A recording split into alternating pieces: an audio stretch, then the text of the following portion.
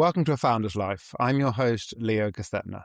On this show, we dive into the real stories behind the highs and lows of entrepreneurship and how we pursue a more balanced and meaningful life along the way. This podcast is sponsored by Thanks, helping founders like us scale with reliable remote talent. I'm joined today by Bruno Drummond. Bruno, thanks for joining us. Would you like to introduce yourself to kick us off? Thank you, Leo, and thank you very much for inviting me to be here. It's such a great podcast. I'm a big fan, and it's amazing how this been growing on me to be here and spend some time with you. I think it's morning for me, but it's afternoon for you. But I'm give you talk a little bit about me. I'm an entrepreneur since high school.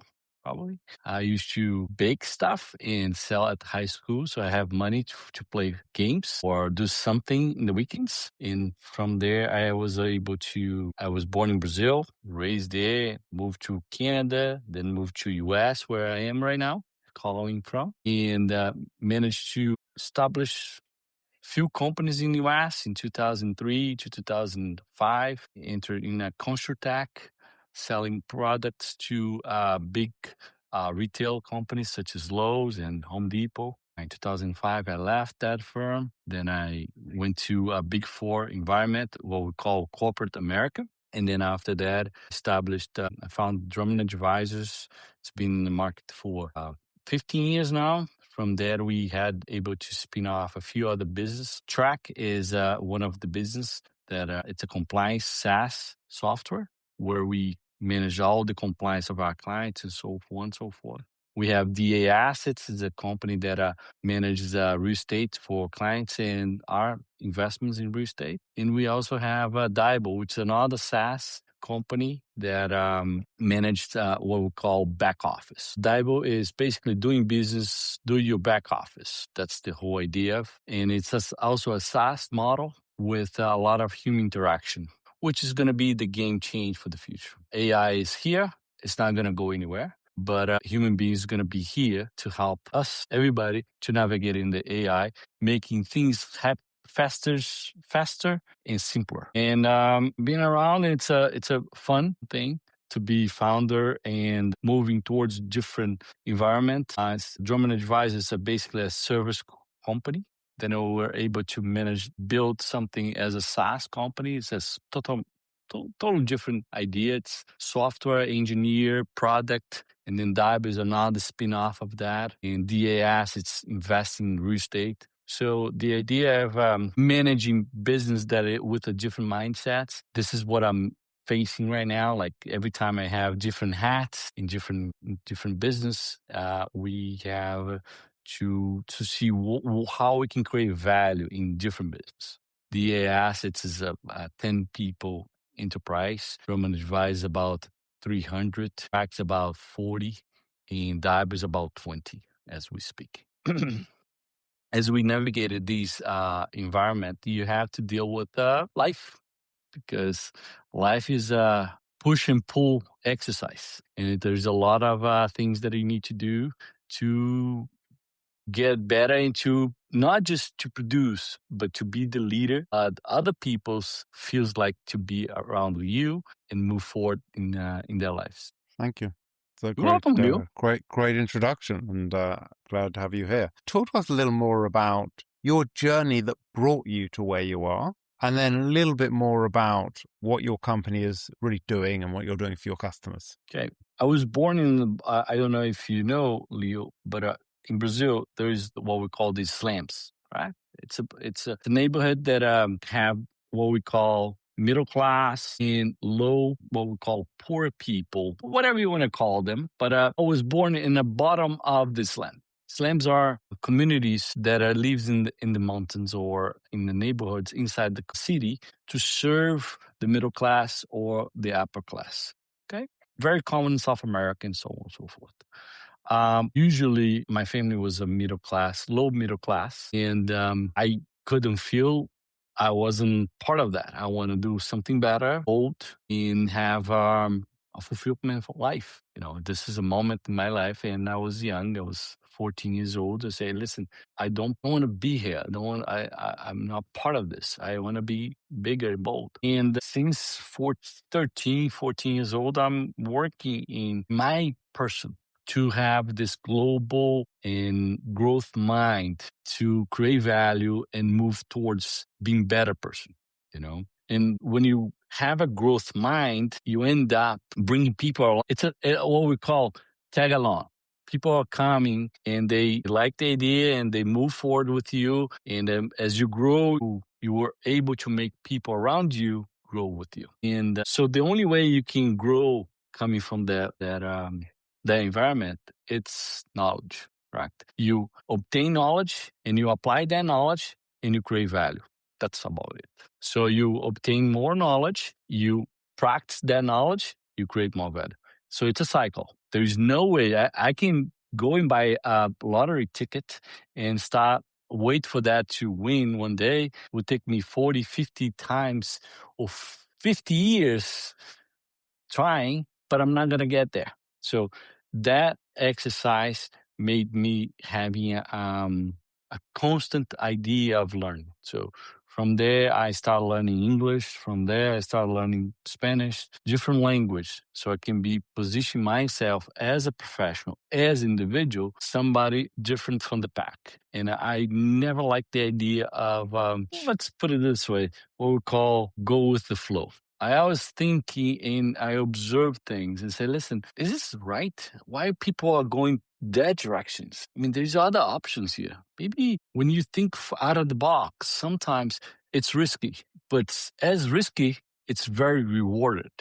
Does that make sense? And from that on, I was able to apply this in my life. And when I put together Drummond Advisors in 2010, I was the solo founder, which is something that I don't suggest anybody to be. I didn't know that because you have ups and downs. And with ups, you can't share with anybody. And downs, you can't share with anybody too. And it's frustrating not sharing ups and downs. Sometimes you need a co-pilot or someone to help and be that guy or that cheerleader or that can make you to be best, be the next person, be better person. And when I did that, I was with that idea, say, hey, we have an opportunity here. We have big entities, what we call big fours. Those big four serves companies enterprise level. Companies that are $100, $200 million above in revenues. And there's no one serving small to mid-sized companies when they do cross-border transactions. And why is that? Because when you do a cross-border transaction, doesn't matter the size. If you're small, mid, or large, you're going to go through the same process, same documentation, same steps, right? It's the same thing as you're going to do a visa for a country. Doesn't matter if you Microsoft or you're a small company, you need to go through, acquire that visa. You're going to go through the same form, the same. Maybe you may pull some strings or red tape, as American says, because you know someone inside of the consulate. But listen, it's the same thing. Why? And I ask myself, why there's no one doing for small and mid-sized companies, which in some countries, they're the ones that has the most number of employees than the big corporation enterprise. So with that, I established Drummond Advisors to help companies in America coming in or going abroad, small to mid-size, looking for companies from zero revenue to $25 million in revenue. That's a little 2-minute presentation of that. And we are solving this problem and we grow 35% year over year, just solving that problem.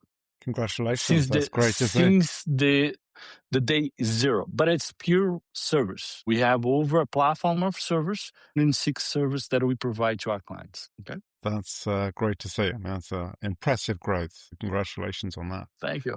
Talk to us a bit about what family looks like for you. Family, it's a core value, not just in life, individual, but also inside of the firm. Because in the end of the day, we hold ourselves accountable for everything that we do.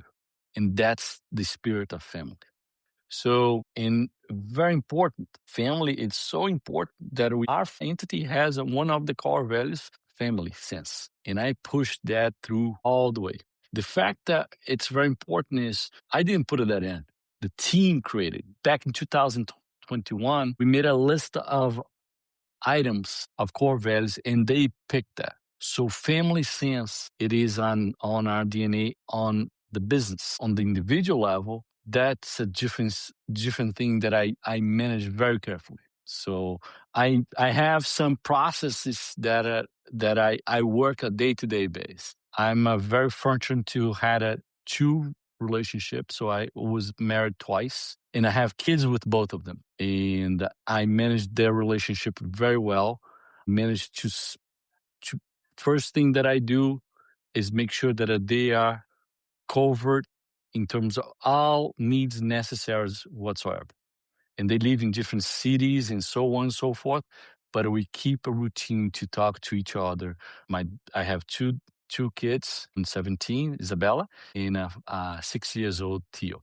I talk to them on a daily basis together. I see them together once a month. I spend time with them, quality time. There's no cell phone. I'm not shifting my time with them. I have very private life, so nobody knows where I am except my kids. I travel 120 flights a year.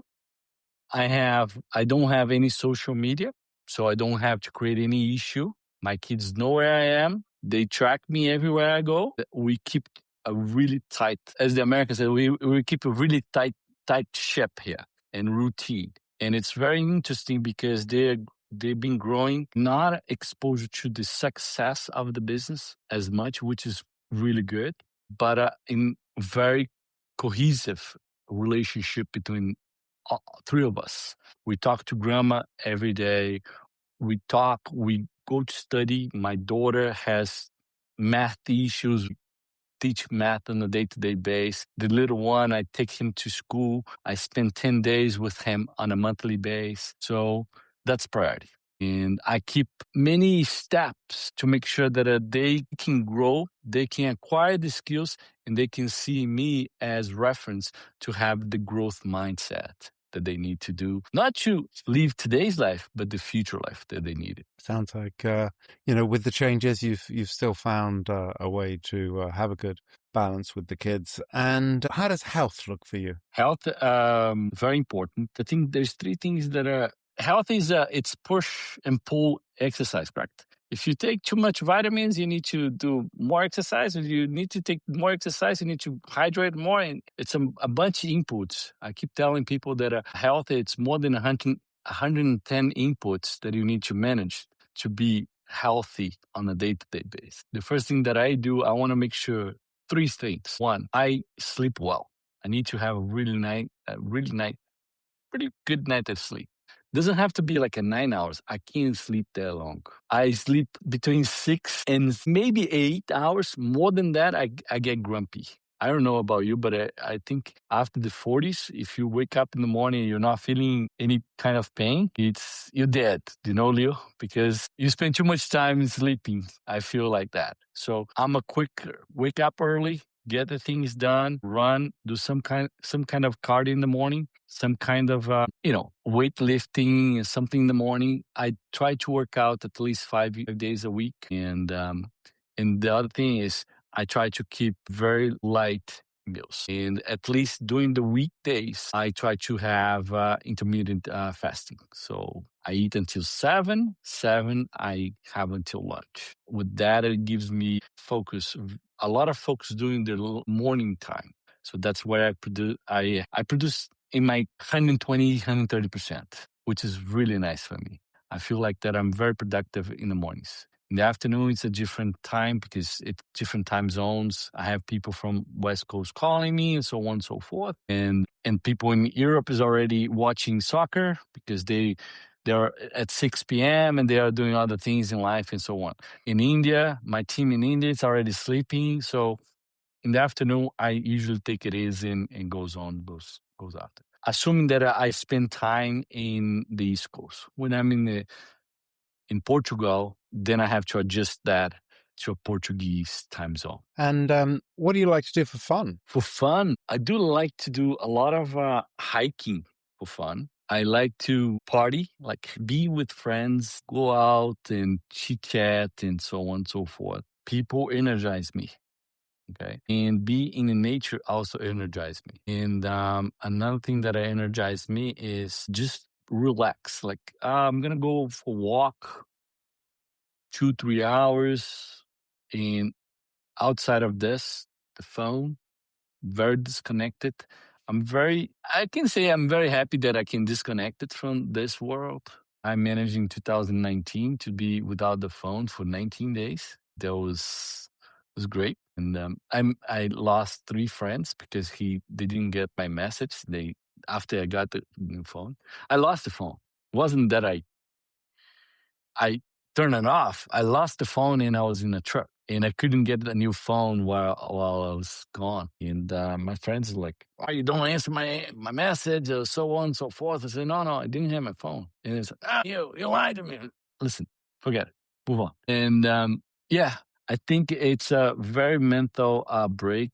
The fact that you can turn it off and come back in 2 days or 3 days. It's amazing. It's a very free feeling of fulfillment feeling too, you know. Or like you do a little run and come back and energize that. Anything that take me outside of my day-to-day basis, be with friends, and I'll be in the nature. That's energized me. Yeah, it's all about we need to find what works for us, and it's Yeah. definitely different for each person. And what for you has been a pivotal moment in your life? I have many, and usually the pivotal aspects of life that you remember are the ones that shift you to a different direction that made you what you are here today. I lost my father very young. I was 23 years old. So with that, you lost what we call your safe net per se. Right? And when I lost that, you were like, hey, there's only moving forward option. There is no looking back and say, listen, this is moving forward. That was great. I love that. I was Isabella, my daughter. I remember one day that she was about 11 months. She was already walking around, and I was getting up. I was leaving the bathroom. I opened the door, and there is this little kid looking at me, and she just smiled. And I was like, it's my daughter. And that moment was the moment that I connect. This is 11 months into. She was already born. 11 months after, she was walking, and I open the door, and I see her 6 in the morning looking at me. That's where there's a wake up call, because kids, they're very attached to their moms until like 2, 3, 4, 5 years. They don't know who is dead. They don't know what is that guy in the house, correct? Which is understandable. The connection with mother is much greater than we have, correct, Leo? And it's okay. We're not here to judge that. We're not here even to describe that. But then I look at her and say, oh my God, there is no moving forward. There is no moving back. Just moving forward. That's the option. And having someone to care for the rest of your life, it's something that it's a pivotal to your life. In feeling that, listen, if this little one here needs me until she can be on her own, and then that change how you drive, change how you work, change how you teach her, change a lot of things. And that's another pivotal moment in my life. Pivotal moments in my life when I had the business were not that great. 2014, we lost like 3 or 4 clients. The biggest client, we're just a boutique business, and you're like, wow, should we fire people, or should we try to look for new clients and so on and so forth? And we can pull the plug and let's move on in life. That's also understanding how to deal with the pivotal moments in life. I love to be against the wall, Leo. And that's when you are against the wall is when you have more strength, because you can push yourself through the issues and move on. And that's myself. People, when they get against the wall, they freeze, right? And sometimes I think the American has that name, a clutch, correct? Or is that correct? When you play soccer, you play the clutch moment. I'm very good at it. Is that clutch or no glitch? How do you say that? I keep forgetting that. It's like clutch. Clutch. Is that right? The word? I'm not 100% sure. That must be a very American term. Yeah, I think it's clutch. Clutch is, anyways, I think there's a word for that, but I'm very comfortable against the wall. That's where I feel more comfortable, on moments that I need to perform the best. You need to be at your, they call A game, correct? I know that's an American phrase, correct, Leo? Definitely. Yeah. When you're in the brink to deliver that, I feel the most comfortable. Heart rate is calm. I'm not sweating. We just push forward, and people are like, seriously? Yeah, seriously. And give me one piece of advice you would give for an aspiring entrepreneur. I think that it's very important for every entrepreneur to believe in what they are doing. Okay. This is first thing. And how you can manage your mind, because your mind is it can be your ally, but also can be your greatest enemy in your mind. Your mind is the greatest enemy when you do business, right? Because you need to convince them first before you convince the other person to create value. So you need to be very focused what is your mind is doing to you so you can succeed. Because when you manage your mind and have some kind of growth path, there's no one can stop you.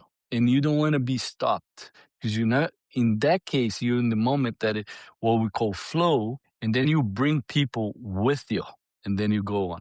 So manage and understand your mind and how your mind reacts in moments of stress, happiness, calm, because then you can see how you evaluate yourself in terms of outputs. I think that's very important. I think our minds, because how we were, our childhood, our experience, and what we see today's days, our mind gets a little confused.